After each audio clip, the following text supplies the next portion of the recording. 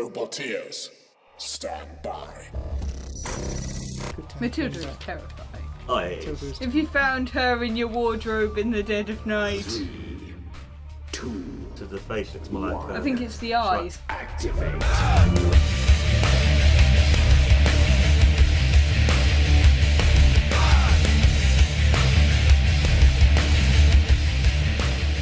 Anyway, episode number 2 of the Robot Wars podcast that we are doing, and we have just watched the very first episode of the rebooted series of Robot Wars, and we are now going to analyse what happened and talk about the fight and the destruction and all the sparks flying.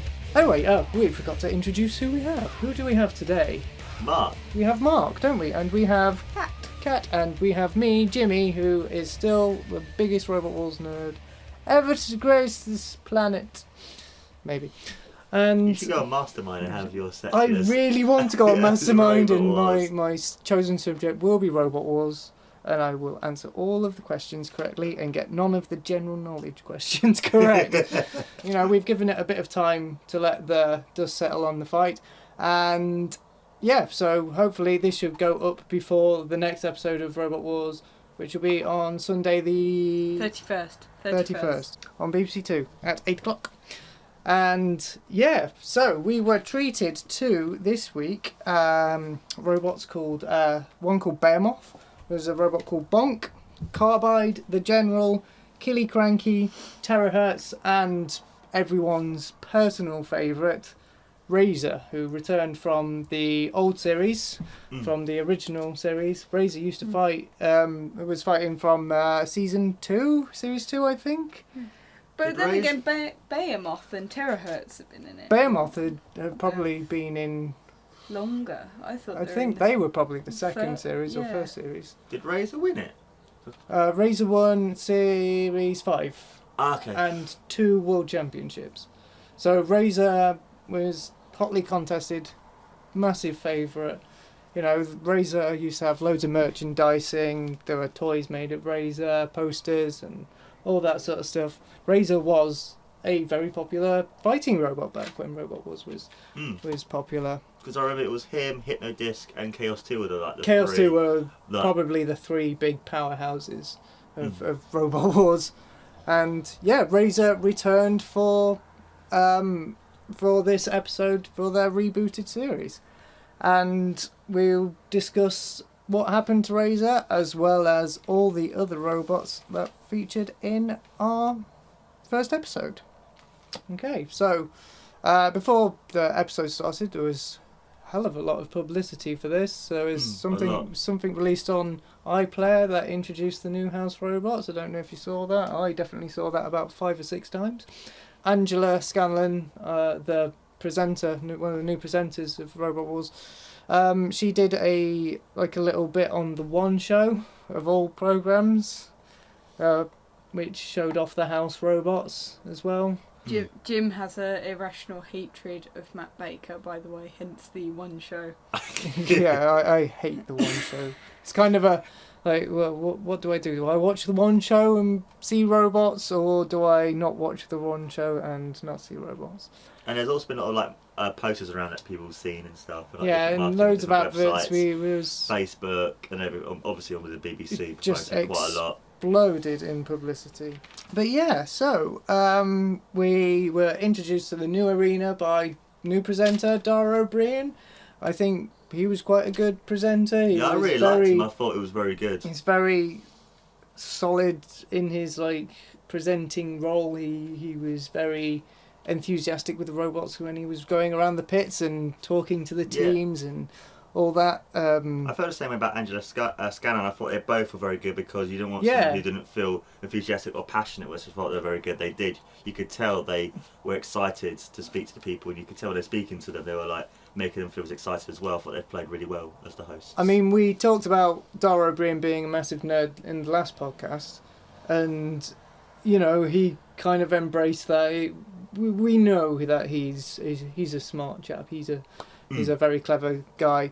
But with Angela, because she used to do a lot of presenting on Irish TV, don't really know a lot about her. She does do like segments on the One Show, which is why they did the publicity with the One Show, and you know, some magazine stuff. But apart from someone whose first real BBC show that she's presenting on proper like UK TV, I thought she did really, really well. She was very confident. She was very enthusiastic, and she was getting stuck in there, and she seemed to know what she was talking about. And yeah, I think both. And I like the way that they did it off, like when they'd spoken to different people, they had it with the contestants, or they had her in one room and Dara in the other room, and I thought it played really well. So they each had somebody they can speak to, rather than just be like she was just out there in the cockpit. They were very equal in their presenting role, weren't they? Same as each other, which I thought worked really well. You know, Dara said that some of these robots cost up to 25 grand to build, and they may not make it through, and that kind of adds to the excitement. You know, people spend a lot of money on these machines to basically take in and to destroy. That's kind of the beauty of it. And or even get destroyed. Or even get destroyed, yeah. As we're going to say today. And everything was revamped. It looked really lush and like gorgeous in HD, and I thought this was it was a fitting reboot. It brought Robot Wars up to date, and it made it all sparkly and all clear, and it was very well done. It was very highly presented. Maybe a few bits of hit and misses in like editing, especially in like replays kept on happening a bit too instantaneously, I thought, but you know, maybe they might do potentially in the future have the double feature. They do a replay, but you also can see what's happening on the screen at the same time. Maybe. What they do in some sports and stuff, which is quite cool. Maybe. And also it's the first episode, so maybe when after maybe the second or third, they might realise actually we should maybe let it linger a bit longer, then they do replay, so they might, you know, figure out what to do next, that kind of thing. And you got to remember, it's the first series of this rebooted Robot Wars. May need a bit of time to iron out a few kinks, but apart from that, it was a nice, neat, presentable package, and I thoroughly enjoyed it. Okay, and then the first fight, we had Killy Cranky versus Nuts versus Terrorhurtz versus Razer. So this was an all-out, 4 all-together, all-in-one arena, all-out assault sort of thing. Killy Cranky was the long, thin one with a spinning vertical saw on the front, made out of an old drain pipe, I believe.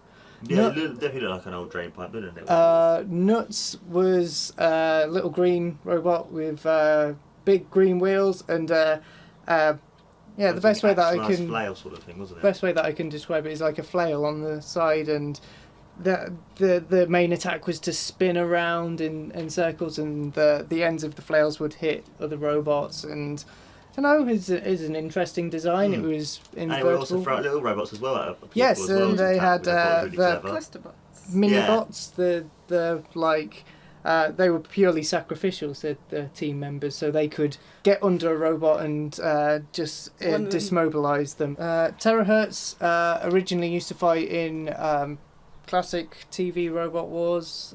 I think I mentioned them in the last podcast, where they used to spasm out on the arena floor because the axe was so powerful, and they couldn't control that, and they had to install a suction fan into it to keep it grounded on the floor.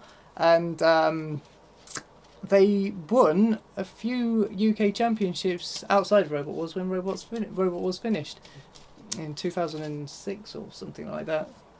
Very experienced team, very good robot. They've managed to have a lot of success, not just in Robot Wars, but also outside and on the like robot fighting circuits. And then we had Razer, who was the hot favourite to win and to do all the damage. Forecasting there was. Well, yeah. I was quite surprised as well, actually. We're going to get back more into that in a minute. And, you know, everyone was... You saw the crowd cheering for Razer. They knew that this was a famous robot. They knew what Razer could do. And they went out in the first round. Yeah. They, disappointingly, were taken out by Killy Cranky. They went down the pit. Killy Cranky kind of They knew that Razer had a grapple of them and took them down with them. Yeah. And to be honest, that's the kind of thing that makes Robot Wars as good as it is, because it doesn't matter how good your robot is or how high up you've been, you can always get taken by surprise by something. exactly, and It's like the underdog Some story. Who would have thought news. someone like Killer Cranky would have taken it himself and also Razer out at the same time? I was like, exactly that's such good drama. That's so cool. that elevates Killy Cranky as a force not to be reckoned with, because they will take out famous robots. A giant killer. A giant killer, Yeah, exactly. that's basically what it did. Which, yeah, I guess the other robots at the same time were kind of thankful because Killer Cranky did that. Then they knew they wouldn't have to fight later exactly. on. Razer wiped out and therefore faced no problem. I would have paid to see Razer and Carbide together. But the team members of Razer said that not a lot was upgraded for this new series on Razer, because Razer was apparently so good. But this kind of proves how much robot combat has evolved in them 12 years whilst it's not been on and the also, telly. I guess it kind of shows just how arrogant the people who make Razer are because of how good it is. And you would think it would have won. The fact that someone like Killer Cranky would then twist and like do a 180 kind of thing to then take them both out, it's kind of like showing actually. Well, it just shows that you you say can't that, be I too mean, arrogant about it. like these people who are on Team Razer, the driver Ian Lewis and I think the mechanic Simon Scott, to me in my childhood they were my idols, they were my celebrities. You know, I looked up to them as like, these people are amazing, what they do is amazing. And okay, they probably did have a little bit of arrogance about it, but you know, these when guys you've got are a world-class robot. yeah. I think When you've got a highly destructive robot, you can probably flaunt that a little bit, and you know, I think maybe they shouldn't have done, because, like I say, these robots have all been improved in the past 12 years, and Razer kind of didn't stand a chance. And also as well with the Razer thing with them being a bit arrogant in the sense, what I was talking about is the fact that they would took it to the pit. They would have thought, actually this robot can twist. Maybe we should have not gone in as aggressively as they did. Maybe if they didn't go more, I guess, more patiently and more sort of defensively, they could have maybe just knocked out, and then they could have gone on to potentially win that whole episode. Maybe if they had started a fight with Nuts instead of Killy Cranky, they probably would have stood a chance and Nuts would have gone out in that first round. But could they have got close enough to Nuts? Because Nuts had that barrier. Well, probably, because I mean, mind it had wheels that Razer could have taken off. Yeah. But nevertheless, Razer went out in the first round. Do you reckon they'll potentially have like a loop thing and bring him back? Considering he's a really famous robot, they might want to bring him back again, possibly.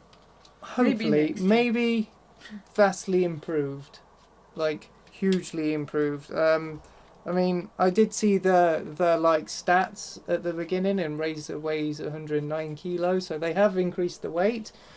But whether they increased the power with that, I don't know. But because I really like that as well. I really like that before the fight started, you had to tailor the tape so you got to see how much it weighs, its weapon, and what it looks like, and the people. I thought that was really well done, kind of added more to the fight as well, so then you knew who the robots were and what the main weapon is as well. And how balanced they were with the other competitors. But, well, Terrorhurtz and Nuts, surprisingly, went through to that. And, Nuts had the little sacrificial robots, which got sacrificed by Razer early on. And you know, they prove quite useful, these little robots. They have them in BattleBots, the American Robot Wars, and they sometimes do quite a lot of good. They're used as pesterobots. They get in underneath like wheels and under weapons and stop them, so the main robot can come in and attack.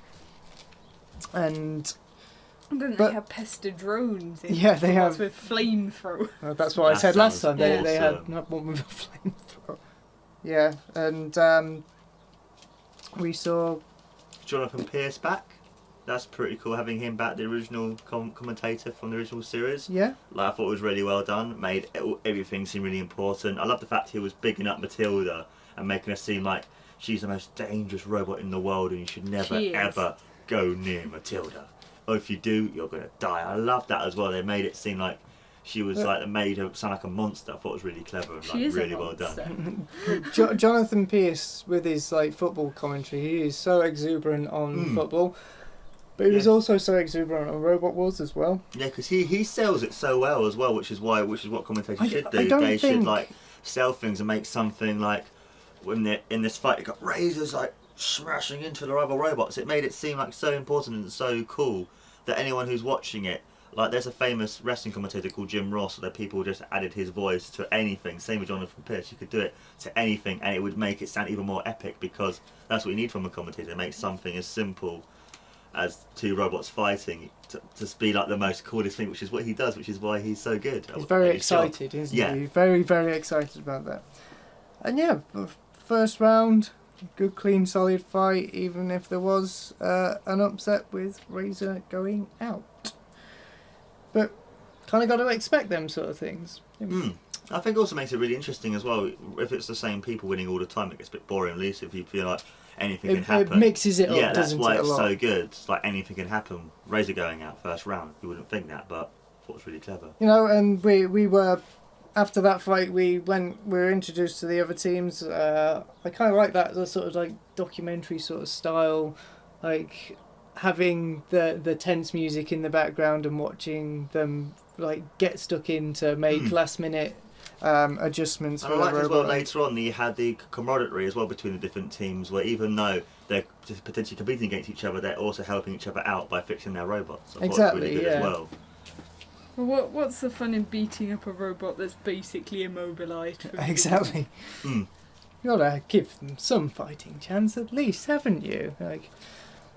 And then we went into the next fight, which was Behemoth versus Bonk versus Carbide versus the General. So Behemoth, or as it was called by many people in the show just now, Behemoth, either or. It's same word, same thing. They fought through many series of Robot Wars, like I said, and they continued to fight in the live touring shows outside. The version of Behemoth that we saw in this reboot is the 9th version of Behemoth, so they have 9 other Behemoths. There's also one called Mini-moth, which is a lot smaller. It's built for middleweight fights, and they proved to be very popular and very aggressive in their fighting in the older series and in the tour shows. We actually saw Behemoth fight when we went to see them in Bluewater. And then we had 3 unknown robots, Bonk, Carbide and the General. Carbide was made up of a team who made 2 other robots separately, and then they joined forces to make another robot. They actually have a robot called Cobalt, which fought in BattleBots. Oh, awesome! And ironically, they fought a robot called Beta, which is made by the same team who made Terrorhurtz in their first fight. They went out in the first round. And it's very similar designs between Cobalt and Carbide. Ah, okay. They had similar spinning weapons on the front. So this was an experienced team. They knew how to build robots, and they introduced Carbide with a bar spinner, and also introduced what we all now know is the death hum, as the motors and the blades were around the arena. And they gave us a bit of information on it. So it spins at 2,500 RPM. There's 200 miles per hour at the tip and 60 times faster than a sniper bullet. Yeah, how awesome is that? When I heard it, I was like, really? That's cool. That's properly scary sort of stuff there. For a weapon on Robot Wars, that is a highly destructive sort of weapon. It reminds me of the death hum that Hypnodisc used to have. It was Hypnodisc used to make that sound. You're like, Oh dear, someone's going to die. And It you might also- be Hypnodist, but someone is going to die. And he also had Shunt as well in the fight, which I thought was cool having him back. Yeah, and we had Shunt take up the corner patrol zone in that fight as the house robot, and Activate was called, and Carbide was on the attack, not as powerful as what we thought, but they got a good hit on the general, Yeah, and took his they wheel off. took the entire wheel off. And just watching that bounce around the arena, you think, my God, that's got a lot of power behind it to rip the entire wheel. Yeah, I know. I was quite surprised about that. in that one. Yeah. I thought General was going to do quite well, actually. I thought it was going to be quite good, hearing his weapons and that looking at those two massive saw blades at the front. I thought it would have done really well. I was quite surprised. It was like, nah. They were. That was the one that was built in the cow shed, wasn't it? And they were trying to put tread on the tyres so they could get better grip on the arena floor. And Bonk kind of didn't really stand a chance. I mean, they sounded good, and Dara bigged up this hardened steel, plated steel sort of stuff that it was made out of, and Behemoth kind of just flipped it over and left it there for dead. Yeah, and pretty it much. started leaking. Why you need a Shreemet? And it started leaking the CO2, didn't it?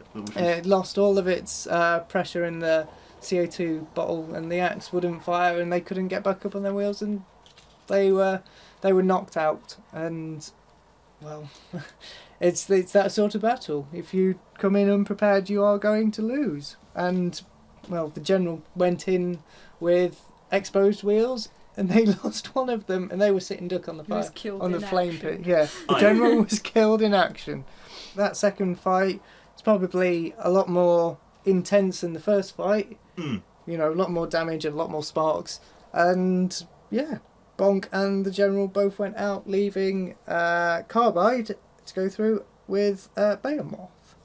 Very good fight that one was. I really quite enjoyed that one. And after the group stages, the 4 in one group and then the 4 in the other, they went to the head-to-head fights, didn't they? Mm. When that introduced a new point system. Yeah, the league table. The new league table. So it was 3 points for a knockout, complete immobilization. And then it's 2 points if it's judge's decision. Yeah, 2 points for a judge's decision, and then no points for a loss. So that sort of thing's new to Robot Wars. That never used to happen, and I think it kind of balances out which ones win and which ones lose, Yeah. and Because I think it's more fair by doing it that way, because you could be placed against a robot who's so OP with against other people. It's I think that's more fair. It can't just be that those 3 minutes if you win. At least if I'm doing it that way, it's more fair. Actually, the best robot would go through. exactly. And it also meant that there was more fights as well. Yeah. I mean, we had a good. Let's count them. 1, 2, 3, 4. I counted 9 5, altogether. 6, 7, 8. Is that 8 or 9? 2, 3, 4, 5, 6, 7, 8. I'm going to say 8. At 8, then I must have missed. Yeah, 8. Oh. It is 9 fights. 9 fights, not 8. Yeah. Jimmy's going to put a little edit in there. It's going to be 9 fights. Not 8.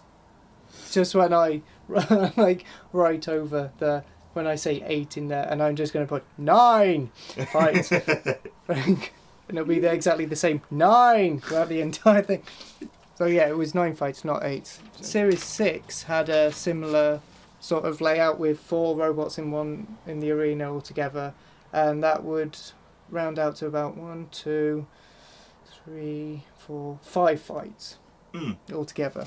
So I remember yeah, at one point he used to have a big battle royale, and he used to go further. Then he used to have the best 4, and he used to have then the 2 afterwards. yeah, as well. and they used to branch down from there. But now that we've got this new point system, it meant that we had a lot more fights, which is kind of what it's all about, really, rather than talking and all that sort of stuff.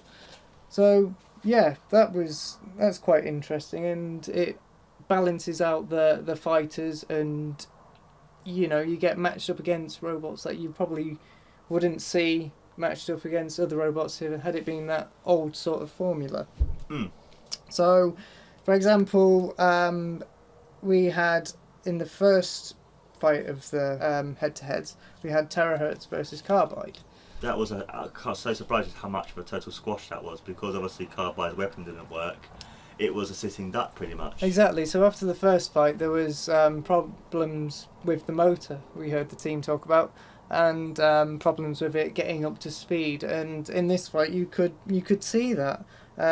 Terrorhurtz, there's a few first hits in there from Carbide, but apart from that, the pit was released and it went down, and Carbide kind of went down with it.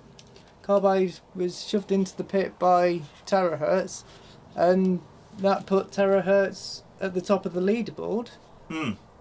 And Carbide, this robot who is, we've been saying has had this monumentally dangerous weapon, was knocked out, was finished. It was put down in the pit, but it wasn't out of the competition altogether, which in the past it would have been a complete wipeout. However, in that Terrorhurtz's weapon never worked. They probably did they get one strike in or something with that weapon? I think only like maybe one or two. Otherwise, it was a total squash. And also you had as well the house robots being there, Shunt, and the return of Sir Killalot. Yes, we had the return of Sir Killalot in there, and even Sir Killalot managed to get a grapple hold of Carbide. Yeah, as like just on the edge of the corner patrol zone. And, we were thinking, this robot's not going to last any longer. But Sir Killalot knocked them back into the arena, and they carried on fighting until Terrorhurtz just knocked Carbide down into the pit. So it was a complete whitewash, or as you call it, a squash? A squash. A squash. Yeah, squash. That's a wrestling term, isn't it? Yes, yep. Yeah, then we had the next fight, Behemoth versus Nuts. And, we... saw in their backstory or the promos parts, the sort of like documentary style. We are the team. This is the robot we've built. I thought that worked quite well actually. Yeah, I did as that well sort actually. Of, yeah. Like, we're a team of some people and some other people, and we have made this robot. And it's also one of those things that even if people might just caught just that section of the show, they can still know who these people are and still feel connected to them because you have those amazing promo packages. Yeah, it was really well done.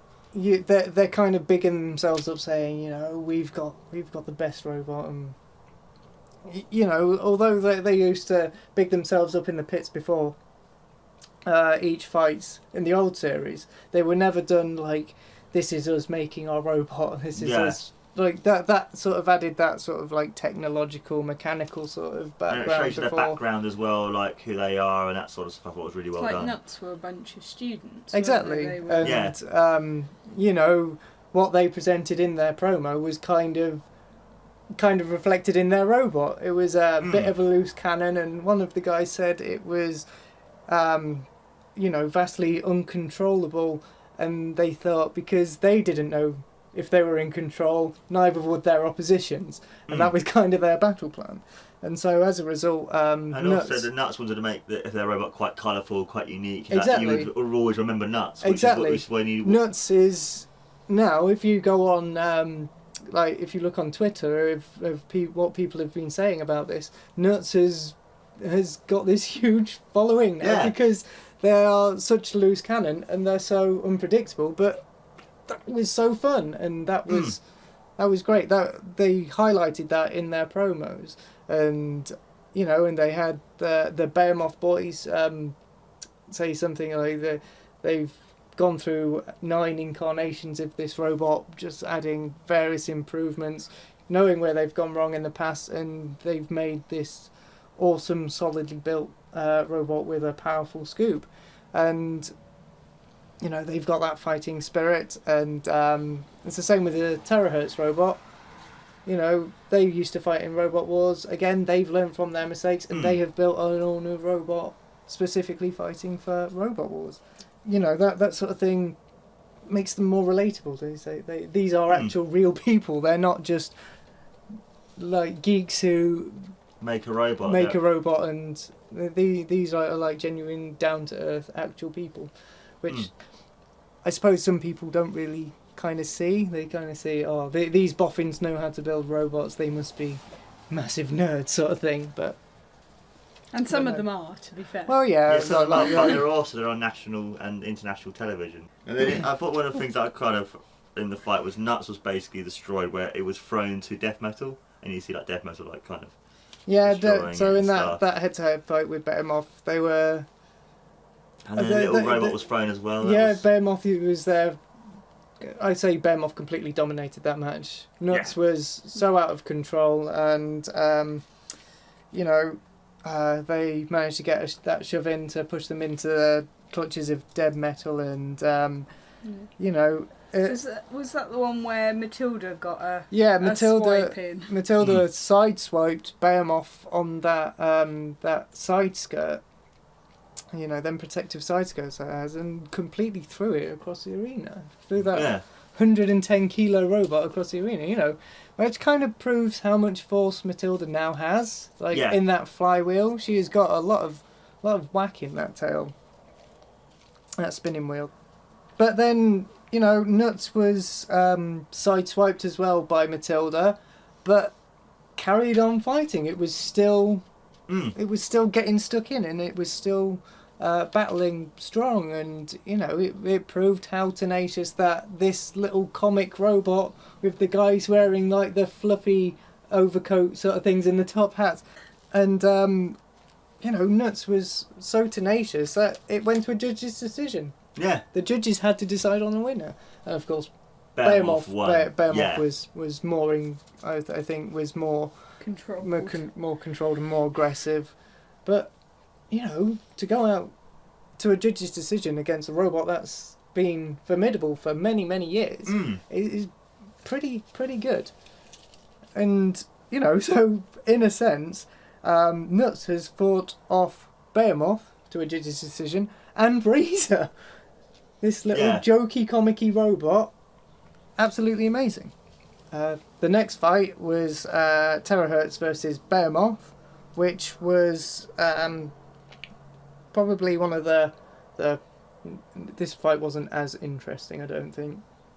Behemoth had complete control over that. Yeah, another complete and utter squash as well. Terrorhurtz didn't manage to get their acts fixed, and Behemoth kind of was on top in that. Pretty that much. fight, and they had to rethink their plans because they knew the axe wasn't firing, and then in the end they knew what to do, and I would say that was an easy win for Behemoth. That was. Yeah, very easy win. It was probably not one of the most interesting fights of this show, but well, they had to do what they had to do, and they did it. There was a bit of a walk in the park for Behemoth, I thought. Yeah, because if you guys don't know, in the pit they have 2 hours to basically fix their robots. Exactly. So in the 2 hours, they did pretty well considering. So the next fight after that was. It was Nuts versus Carbide. It was, Nuts versus Carbide, and we were told that Carbide was still having problems with its motor in the pits. They were still trying to get it back up spinning, and they got I think they got like other team members to get help them out with it and get it fixed and make sure it was working. Activate was called, and Carbide got in a few good hits and then knocked off the protective ring around Nuts and left Nuts basically weaponless. And basically all of his parts across the floor, across the arena pretty much. They had I thought it was really clever after the fight.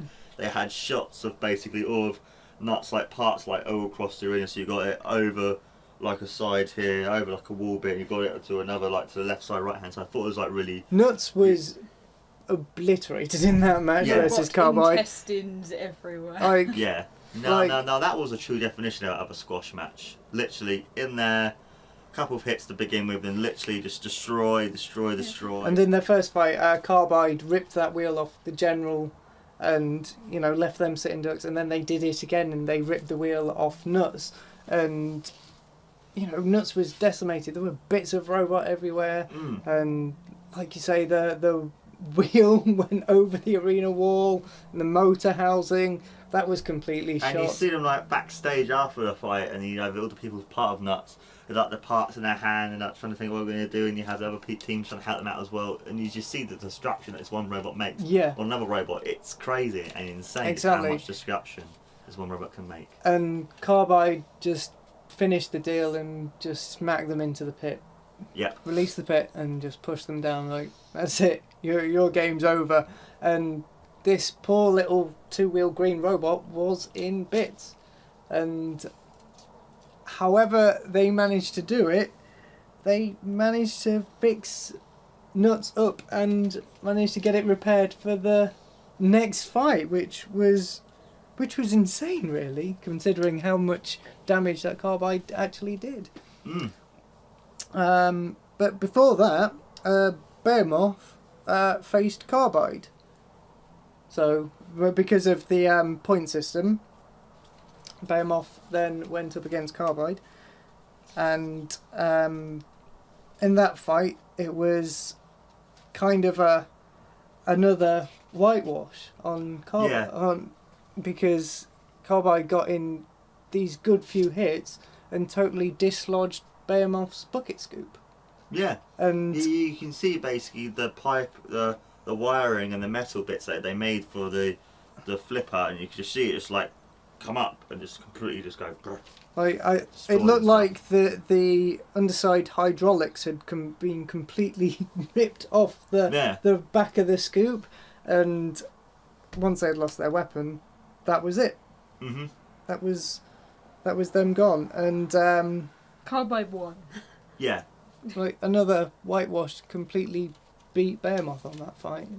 So, you know, although Carbide went out in that first head-to-head, got put down in the pit, they kind of rose from the ashes and they were back stronger than ever, and they were having these engine problems or motor problems, and you know, they were relentless. They kept on going, and they were showing that they weren't going to take any of it. They were going to carry on, and they were going to beat whoever came up, whoever they were going to fight up against. It was insane just how powerful that one robot is. As soon as it gets its proper power back to the robot, it's just like, you can't beat it, can you? It's so good. We kind of didn't see that in the first fight, so maybe they did have motor problems from the very beginning.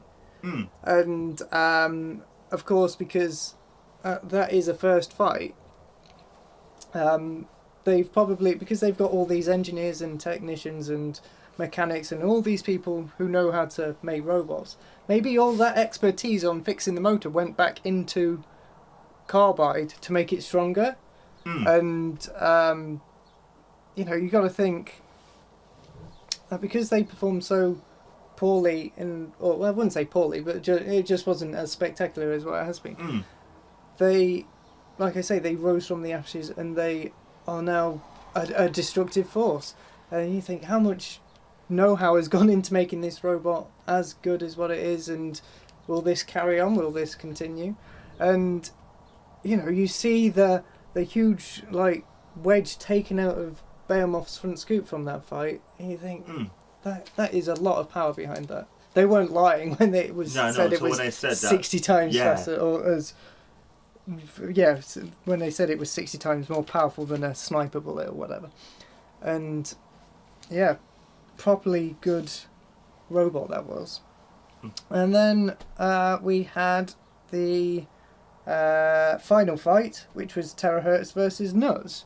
And after Nuts' complete obliteration, demolition, they fixed it back up, and they got a robot working into the arena. They got it moving. It was moving. How they did it, I have no idea. It was stuck on with bits of gaffer tape. Yeah, it wasn't. Didn't last very long. The outside. But it was still impressive they got it to be literally working again after the destruction.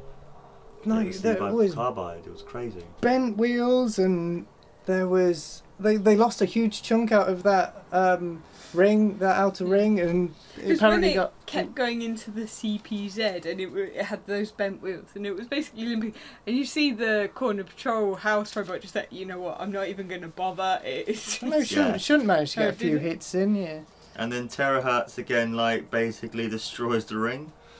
Yep, they Yeah. took the ring off again, didn't they, on Yeah. that second fight? And Nuts wasn't in fit fighting state. It may have been working, but No, not at all. its end was near. But But again, it just kept on coming back. Yeah, It was I just love that it would keep on going and going and going and going. Like, even though it was destroyed, it was just like, nope, I'm going to, show my guts, show my power, show my, what I'm thinking.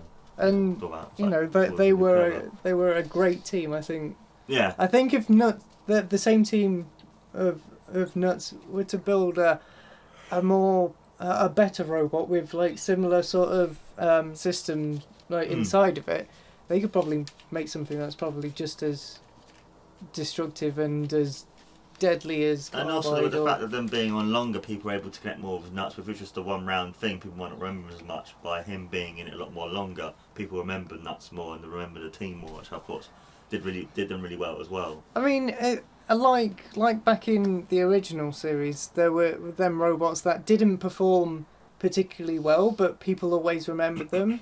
There's the one called Deertor, who was covered in fur. And, I remember him now. Actually, I remember Deertor now. and Sergeant Bash always used to be put into the arena with Deertor, specifically so they could burn it. And almost every time Deertor was in, it would always catch fire. And I thought it was quite funny, even though Nuts was literally destroyed, you could see him at some points not even moving. The next minute, he was running away and stuff, and then they went through the 3 minutes. But that's exactly right. There was another judge's decision. They were still up and running. This fight with Terrorhurtz, which ended. Terrorhurtz got lodged on one of the chains or something on that frame, and it went to another judge's decision. And Probably not a very difficult judge's No. decision. No, not at all, no. no, And then because of that, Terrorhurtz ended up going out because he lost against Beh-hee-muth in their head-to-head. exactly, which meant that the final round was a grudge match between Carbide and Behemoth, which, seeing though how much damage that Carbide did to Behemoth in that first head-to-head fight that they had, this was probably a fight to prove, could Behemoth pull it back, or could Carbide just final nail in the coffin? And Carbide got in a good few hits. Behemoth didn't look to be as in control during that match, and Not at all. Then they reversed into the pit. reversed into the pit. They kind of Nope. unsealed that and deal. interviewed And the guy who was like, I meant to go left, but I was actually went backwards. I thought it was quite funny. so maybe they had control problems, but they weren't. They weren't on top of their game. I think the robot was probably fatigued after that first fight that they had with Carbide. Especially they managed to get the scoop fixed, and it just wasn't enough. They tried to get in a few hits, but it just wasn't happening, and I think they kind of finished it themselves. Nope, we're out of this. We're going down in the pit, and Carbide were worthy winners of that fight, and were the winners of the show overall. I think they were. Of the show. Carbide, they had that good fighting spirit, and oh no, we're not going to get our robot fixed in time, and oh no, we're joking, it's working 110%, and it kind of reminded me of the old Hypnodisc fights, what is this robot? We've never heard of this robot, we've never seen this robot, and then it just completely annihilates everyone, and it goes in and it comes out a winner. And I think, very deserving winner of that entire episode. Do you reckon he might potentially go on to get really high, or maybe even win it? Or do you reckon it's a bit too early to tell so far? Well, it is.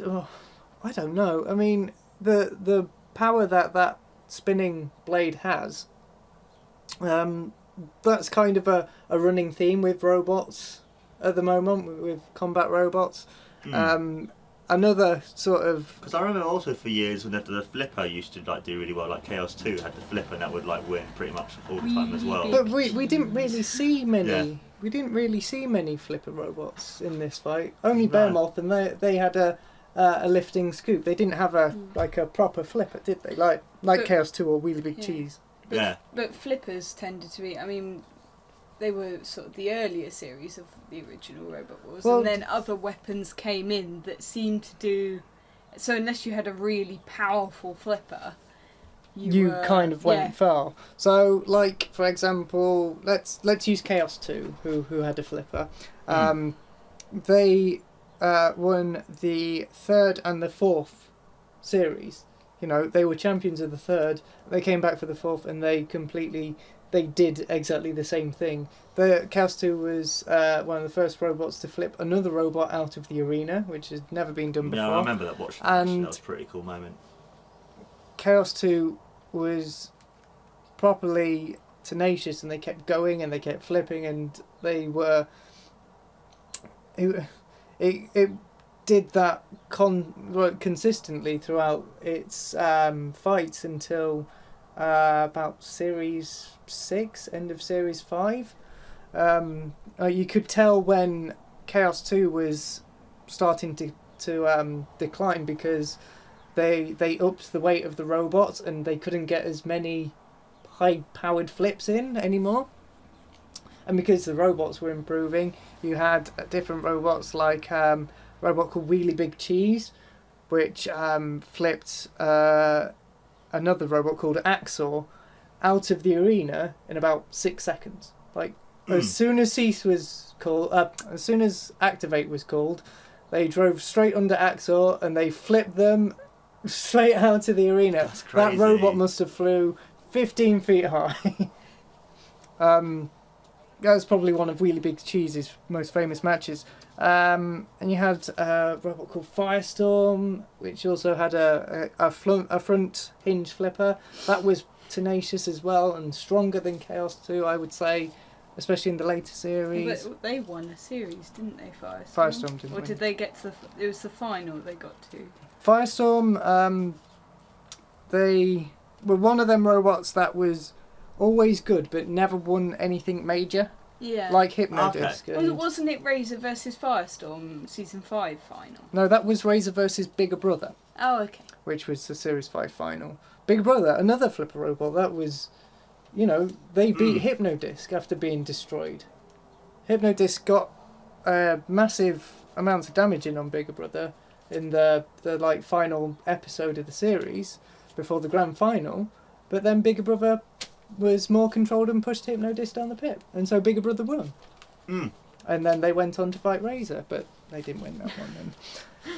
Hypnodisc and Razer. Oh my god. Hypnodisc versus Razer. That's the fight that never happened, Hypnodisc versus Razer. Really, that would have been quite a cool fight. I can remember reading something, there was apparently, I think there was like a people's match that they put in the Robot Wars magazine, and it was so people of the readers of the magazine could submit who they wanted to see fight, and everybody wanted to see Hypnodisc versus Razer, because both robots were so destructive. You know, what would happen if them two robots were to fight? And both teams of Hypnodisc and Razer said, no, we're not doing it, we don't want to. And the only reason is because both of them knew how much damage they could do to each robot. So Hypnodisc could probably taken Razer's claw arm off, or Razer could have got into the internals of Hypnodisc's spinning disc, completely destroyed that. And, you know, they were brave enough to say, no, we're not doing that, that's going to be too dangerous for our robot. And they said no, they stepped away from it. But had Bigger Brother gone out against Hypnodisc in that Series 5 final, Hypnodisc would have fought Razer. And, you know, I have no idea how that would have gone.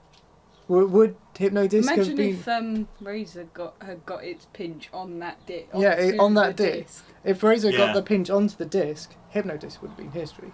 But then, equally, Hypnodisc could have taken Hypnodisc could have like completely got a sideswipe by in having it. Couldn't potentially the spin of the velocity of the spin of Hypnodisc, because then that potentially then destroy the claw that's potentially in Hypnodisc as well. Well, yeah, that was the problem with Hypnodisc. Hypnodisc used to have quite a lot of power behind that spinning weapon that, you know, throughout the battles it used to become fatigued. The motor didn't use to spin up as fast as what it used to, and you know that's what caused Hypnodisc to start losing fights. Originally, when Hypnodisc started fighting, and they fought a robot called Robogeddon and one called Stealth. These robots were made out of like really thin metal, I tin remember cans Stealth, probably. actually. I mean, that's another one I remember is Stealth. And They you know, ended up as these robots ended up being taken out by bin bags, like I said last week, and as a result, that meant that robots kind of didn't have to be made out of cheap materials. They had to be made out of more expensive, heavier, sturdier metals, and that's why Hypnodisc started to lose fights, and it's probably the same reason why Razer didn't do as well in these new series, because although they got in quite a few good graps on Killy Cranky, they didn't seem to really do much damage to them. It still worked enough to drag it into the it pit. still worked enough to drag it into the pit. And then itself as well, which I thought was really funny and clever. Well, it was going to go down anyway. It might as well take Razer with it. But then you think, if Hypnodisc would have done that amount of damage to Razer in the past, how much would an updated robot like Carbide have done to Razer had Razer gone through? It'd be interesting to see if they come back if they do a Series 2, if they do Series 2, if they bring Razer back and they update Razer. I mean, as much as I would like to see Razer back, I don't know if Razer is kind of the robot to do the Or maybe the they'll fighting. bring one of their newer robots, because they've got one in BattleBots, haven't Yeah, they? That's... Team Razer have one called Warhead, and that has a spinning disc, like a Hypnodisc spinning disc. Or bring maybe like someone like a Chaos 2 or someone else like that who has like the nostalgic pop. You know, like with this one, because everyone was expecting Razer to do really well, it kind of the nostalgic pop was kind of like sudden. It was just like, oh. Well, you never know, because of the popularity of what this new series has brought. Maybe these older robots might come back bigger and better than ever. I mean, it was even more popular than the Top Gear final, as we saw on Oh BBC. yeah, we read that, didn't we? The final episode of Top Gear in the ratings, didn't it have like 1.9 million? Robot Wars beat the new updated.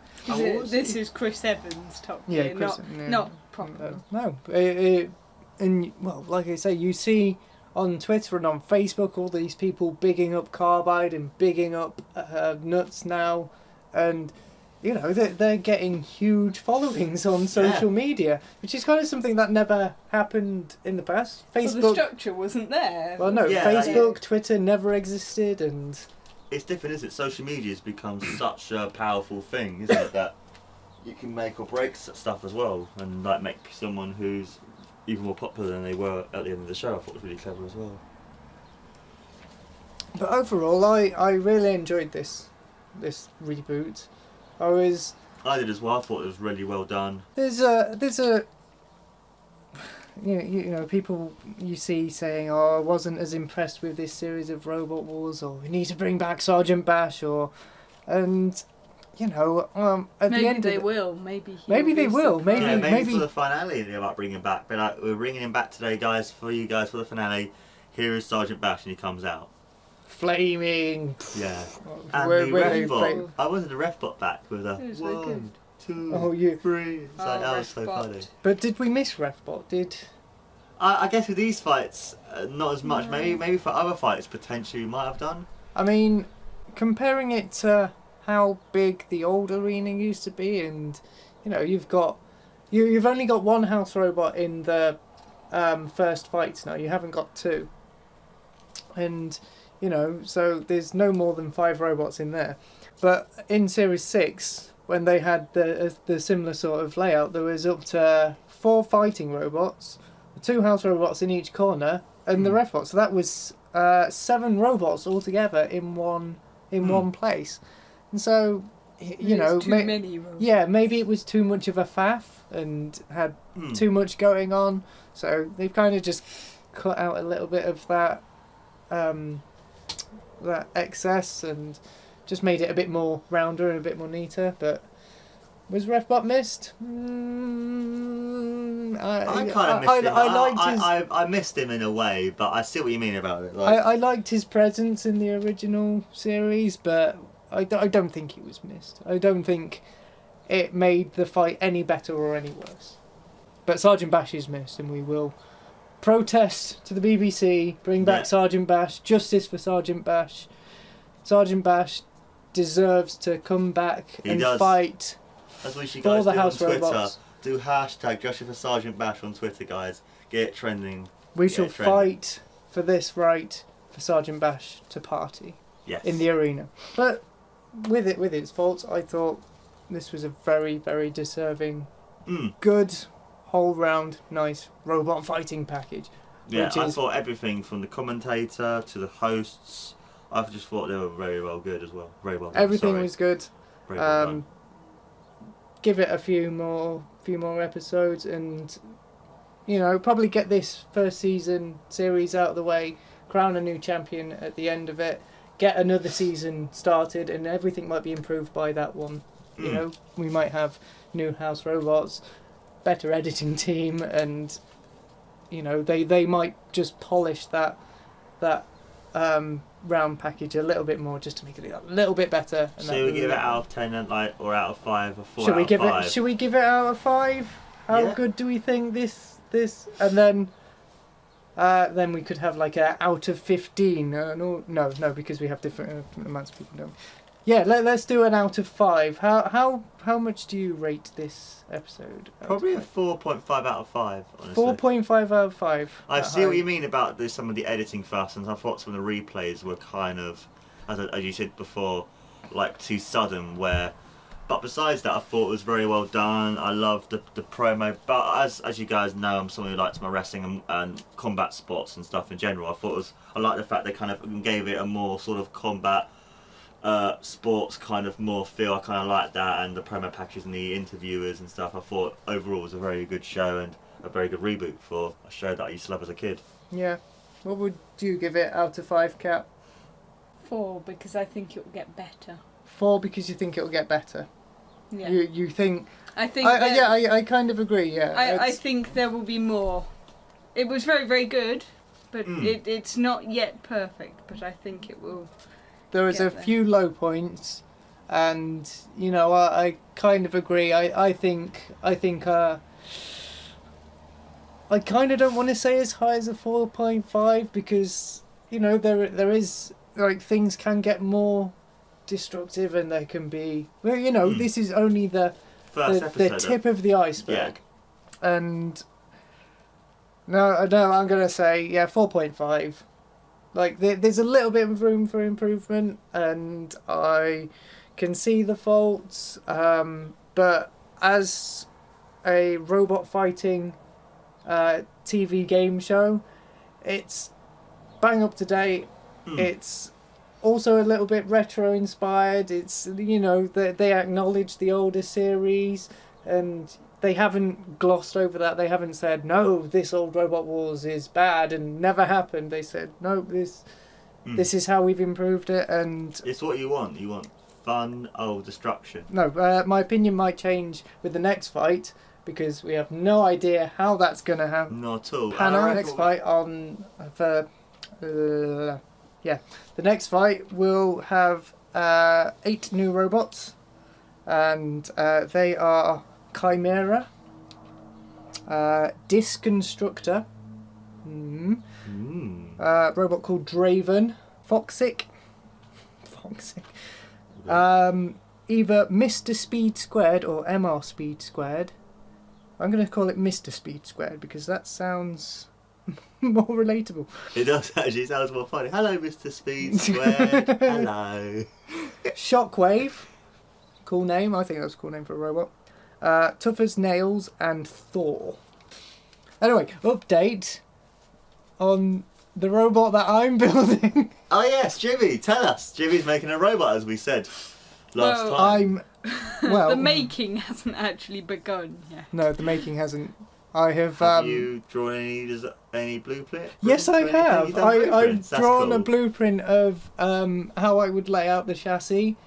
I'm trying to make it out of like recycled materials, and I've bitten the radio control bullet, and I have bought myself a controller. It is currently being delivered to me from China, but I've bought the controller and the receiver, a few motors, battery cases, and some metal brackets. Oh, so I wicked, man. need to pick up the baseboard so I can mount everything on. Need to get some wheels and maybe a few speed controllers to translate the speed of how the motors work.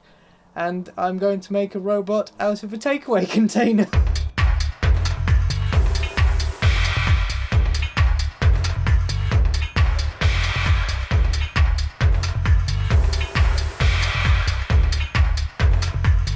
It's going to be a slow process, but yeah, I just want to find a way to get into it because I've always been interested, and now I have a bit of money because 12 years ago I was a child and I didn't have any cash. But now we all have jobs, and we can build things like robots. So that was our first episode analysis, all done and dusted. And I can't wait for the next episode of Robot Wars. And we'll see if Carbide's reign can be topped in the next series of fights. But at the moment, Carbide is True. but as True, and potentially the favourite to win before in all fight so far. Yeah, favourite robot, Carbide. They are the winners of the first round. So yeah, that is the end of episode 2 of our podcast. Is it right to call it a podcast, or should we call it a tubecast? Because I'm not really uploading it to anyone's iPod. A tubecast, because I'm uploading it to YouTube. Mm-hmm. Do you want to call it a tubecast? You call it a tubecast, yeah. Tubecast. It's gone weird now. Tubecast. Yeah. Right, we're going now. See you later. Bye, guys. Bye. Bye.